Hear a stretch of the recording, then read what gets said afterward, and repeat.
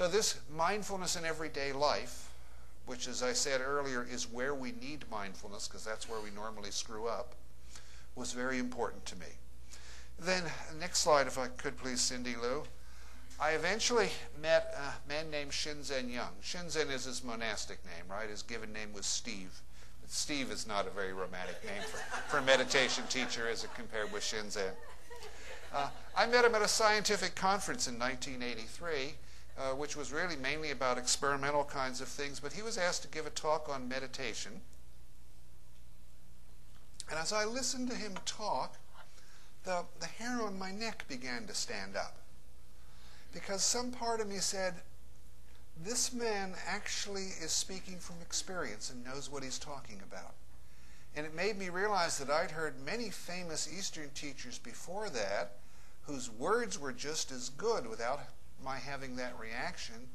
And I actually didn't know whether those people had had those kind of experiences and spoke from direct experience, or whether they were the inheritors of a line that had been polished for 2,500 years and, of course, sounded extremely good. So I was very impressed, and when he said he would offer to teach people meditation starting at 6:30 in the morning, it's in New Mexico in the winter, and it's cold and dark, and I never functioned before my 7 o'clock cup of coffee anyway, but I thought I'd try it, and within a few days, I was looking forward to getting up at 6 to be there to do this meditation weird stuff. His work in teaching meditation is what I'm going to use as an example of what I think is progress in meditation. And I'll talk about it a little bit more later. Not that he's the only one doing any innovation, of course, but that's the one I particularly know best.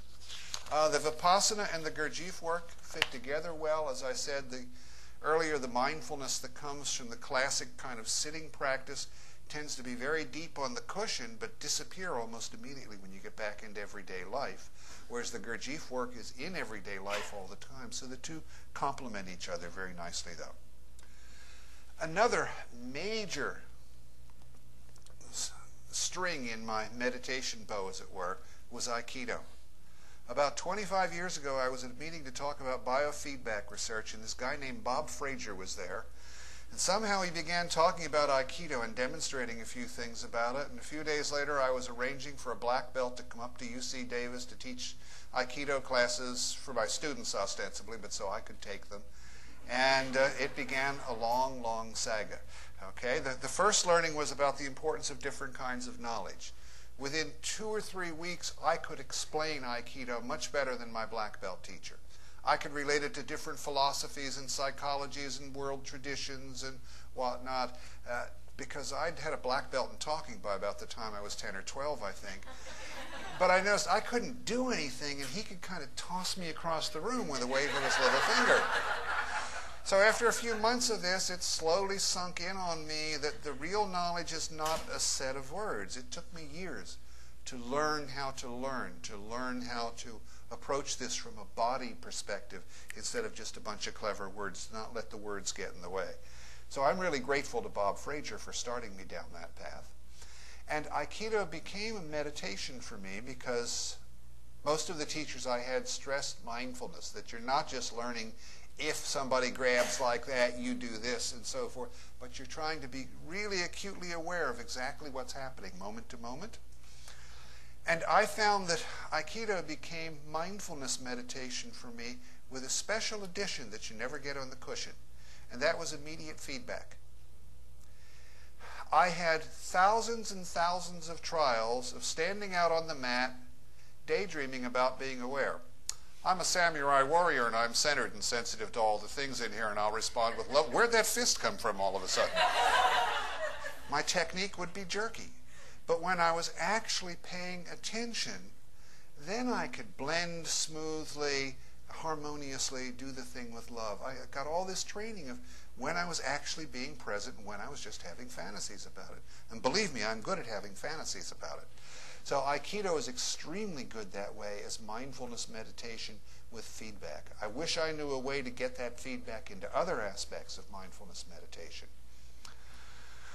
And then the final thread with meditation, if I could have the next slide, please, is I've had a lot of Tibetan teachings, particularly about Dzogchen, which is billed as the highest form of meditation training, but I never pay much attention to that because every form of meditation training I've had has been billed as the highest.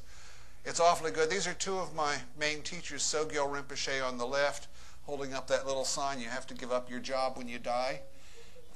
He was speaking to people who were always complaining they didn't have time to practice, they were so busy at work, so he was reminding them of a little reality.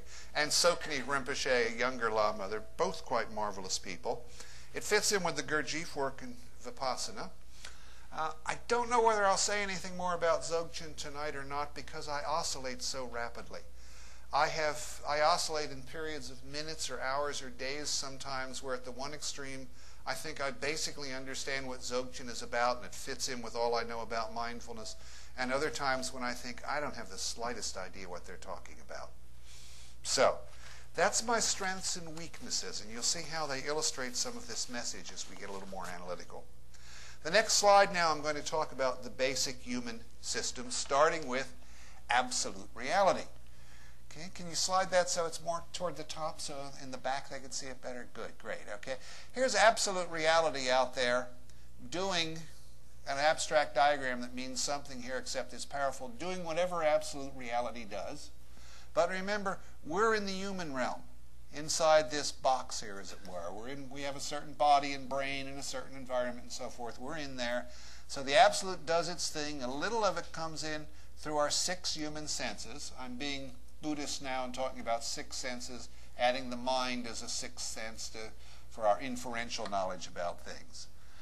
Now, from what we know both from the meditative traditions and now in very precise detail from electrophysiological studies as well as psychological studies, is that information comes in through our senses and gives us a sort of primary simple perception. Bright, warm, cold, big, small, closer, further, something like that.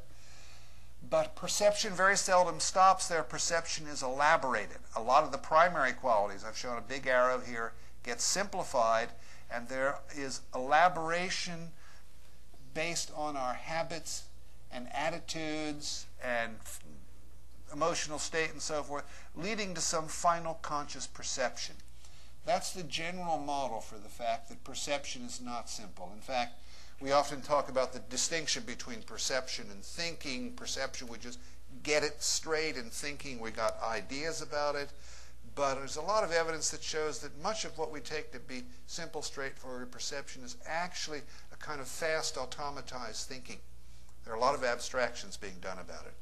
Okay, let's look at that in more detail to get into the business of living in illusion, living in samsara. The word living in illusion is often translated as if it means that there's a lot of Oriental people who go around thinking the world isn't real.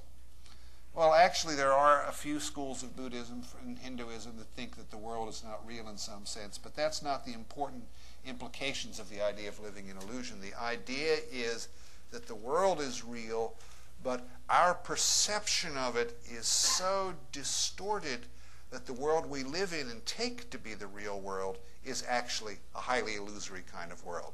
So this is samsaric existence, okay? Again, here's the absolute doing whatever absolutes do, putting some information into our 6 human senses, resulting in primary simple perceptions.